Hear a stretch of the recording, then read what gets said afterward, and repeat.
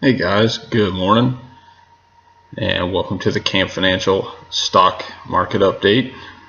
We're going to go over yesterday, July 11th, take a look at what happened, what moved the markets.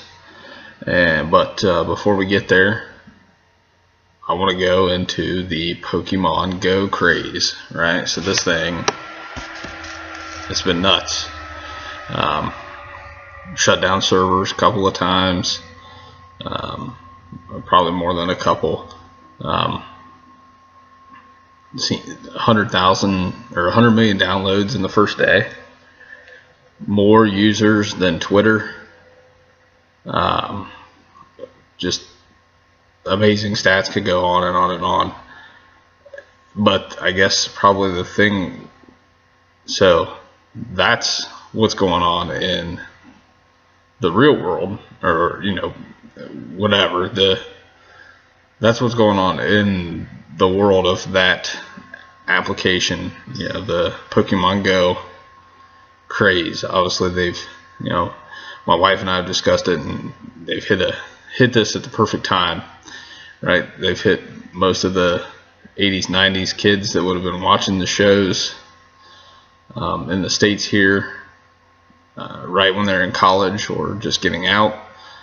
And then they've also got, the ability to speak to the younger generation that has been watching it on Netflix, etc. So pretty interesting stuff. I think that Nintendo timed this one out perfectly. Whether it was intentional or not, it was definitely, I'm sure there was some intention to it, but maybe not necessarily the overall timing. But the other thing is it has definitely been a boom to what I would say is probably going to be a boom anyways, to health and fitness, right? I mean, people are out everywhere walking around with their phones trying to catch Pokemon, and it's kind of cool because it gets people back outside. And this kind of goes into the augmented reality type of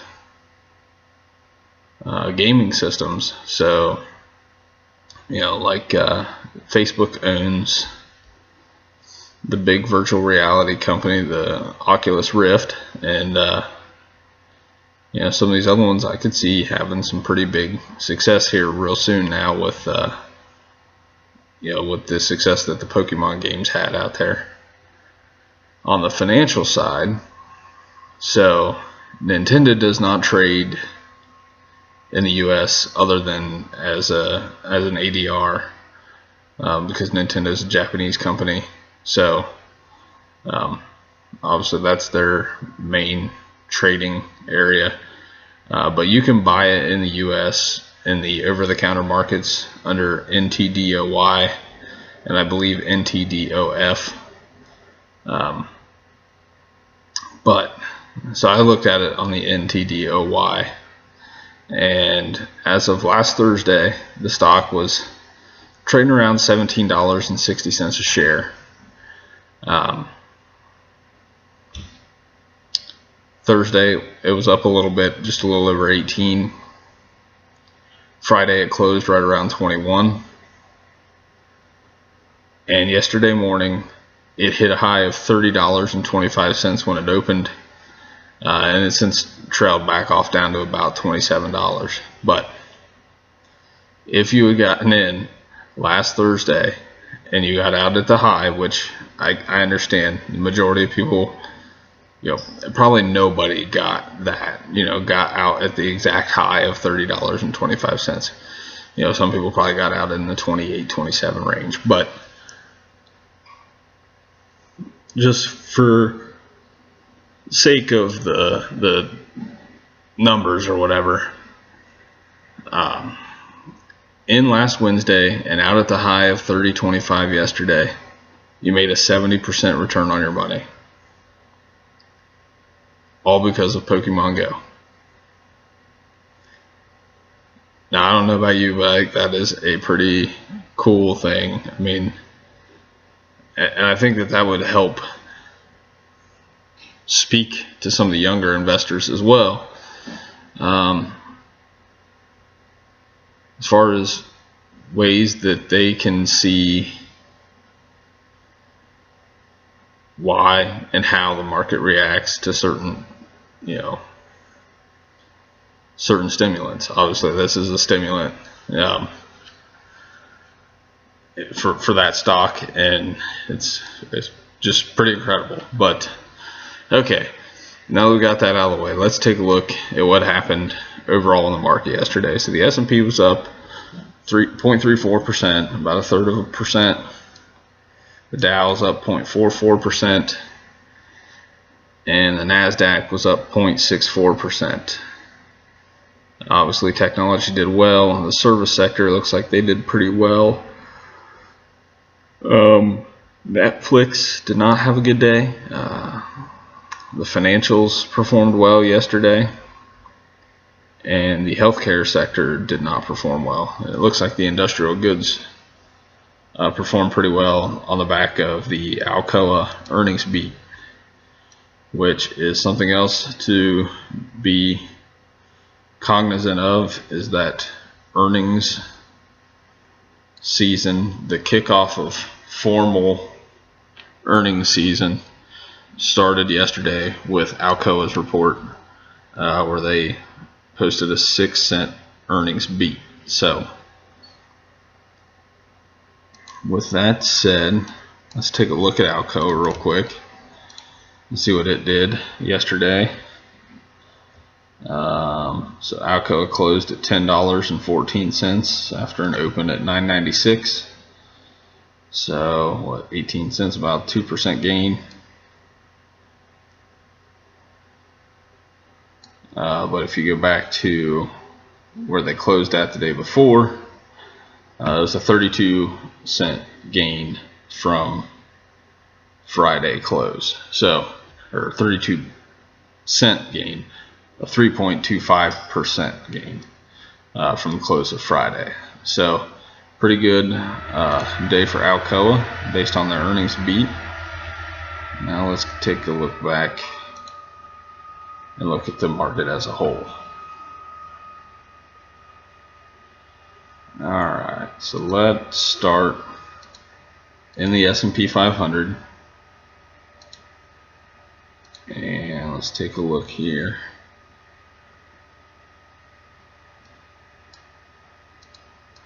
Okay, and the 5 stocks that were down the most yesterday. C.H. Robinson Worldwide, it's a air and freight delivery service. Murphy Oil, Transocean, Humana, and Netflix. Humana's still feeling the pain of that decision by the Department of Justice. Ever since since they've said no go, the stock's dropped from $180 a share to $154 a share. So what that's down, $26 on 180. So you're talking, it's down about 15%, 16%. Rough go of it for Humana. Netflix was interesting. I was just listening to something about Netflix actually yesterday. They've had a lot of analyst movement, upgrades, downgrades, just a lot going on prior to earnings coming out here this quarter. So I'm guessing that part of this drop yesterday was, just kind of a look to see where people think Netflix is going to go from here. It's kind of hard to place. Rig, Murphy Oil, both oil and gas businesses, so not much of a surprise there that they would have felt some pain yesterday. All the oil and gas producers and pipelines, etc., performed pretty poorly in general. So now let's take a look at the top performers yesterday. And this will make sense. One of them will make sense for sure based on the oil and gas. So the oil and gas down, American Airlines up. That's where, that's how they make their spread, is in the gas price. So American Airlines was 5th best performer in the SP 500. Top 4 were Wynn Resorts, Alliance Data Systems, Signet Jewelers, and Freeport McMoRan. Service sector as a whole looks like did pretty well. A couple I see another resort and casino in the top 20. Carnival Cruise Lines. Consumer goods perform well. That's a lot of that's based off of some of the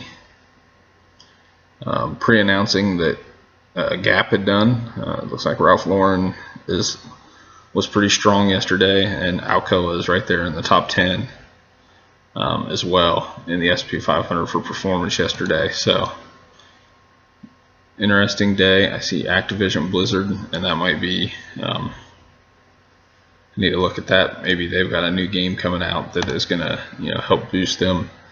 Probably not as much as Nintendo, but maybe a boon to their earnings as well. So now let's take a look at the Dow. 27 stocks were positive in the Dow yesterday. The only ones down were United Healthcare, or United Health Group, the Procter & Gamble Company, Merck, General Electric, and Travelers were in the bottom 5, but GE and Travelers both finished up for the day. GE is slowly, I seen yesterday, GE popped up to about 32.50 at one point in time, but they're slowly moving up after the drop of the significant decision by the DOJ to drop their too big to fail. And I also saw yesterday that they went into a partnership with Microsoft. So that'll be interesting to see how that pans out for both GE and Microsoft. Top performers yesterday in the Dow: Boeing, Goldman Sachs, American Express, Intel, and DuPont. So DuPont, we've been talking about them a lot recently on the downside. So they've had a couple of days bounce back here, kind of puts them back to a range where they've been for about the last 3 months. They had ranged all the way up to about $69. They're right there in the 64 range. But there's a lot of up and down around that. Looks like about $64.25. So it's right. They seem to be right against a report or a resistance support line. So American Express yesterday performed pretty well. It's on a pretty good run in the last 4 days. Intel has been on a run for quite some time now, up at $34.38 a share, and Goldman Sachs up yesterday about 1.2%. So again, the Dow, not very volatile. A lot of stable companies in there that are, you just kind of count on them to continue to pay you a dividend and ride out the storm. So should be interesting next week or so with earnings reports. I'll try to keep an idea, or keep an eye on some of the more important earnings in the next week. I do want to go ahead and mention my own stock trading account. So I had 4 stocks yesterday that hit new highs since I've owned shares of them. GE was one of them when it popped up to $32.50. The other ones were Surgical Care Alliances, ticker symbol SCAI, and Coach. So those 3 stocks are all part of my trend following system that I put together, where basically I'm looking for a stock that's ahead of all of its moving averages, and moving averages are starting to trend up. And then my other one that performed well yesterday was Marriott Vacations, or ticker symbol VAC. I just bought into that back in April. Felt a lot of pain in it early. It dropped way down. I was down about 20%, and now it's back and it's all the way up into new highs. So that just kind of shows you, sometimes you pick the company for the right reason, but it doesn't mean that the stock is going to go with you automatically. Sometimes you got to have a little bit of faith that what the reason why you pick the stock is still valid. You just got, I guess you need to validate the reason why you pick the stock is still a good reason, and trust that you bought in for the right reasons. But if things change, obviously you need to be willing to get out of it as well. So I bought, like I said, I bought toward the end of April, right around 68 bucks a share. It was down to about $56 a share. So like I said, it moved against me pretty hard, 15-18% roughly, pretty quickly. But it's rallied all the way back, and it's at new highs since I purchased. So that's why the stock market, you can game it for sure, trying to get some short-term gains in there. But if you're looking at long-term, you gotta not be fearful of the gyrations, and understand when's a good time to get in and when's a good time to get out of each stock, based on different criteria than just how the price is moving. Sometimes it makes sense to do it based on how the price is moving. Like the other 3 stocks that I talked about, that's the reason why I got in those, is because that's how they're trending. But you need to know why you get into each position, and what losses you're willing to incur. How much pain can you take before you got to get out, and how much gain are you going to let it run to before you cut it loose and take your profits. So that's it for today, guys. If you have any questions, shoot me an email, chrism@campfinancial.net. Otherwise, we will see you tomorrow. Take care.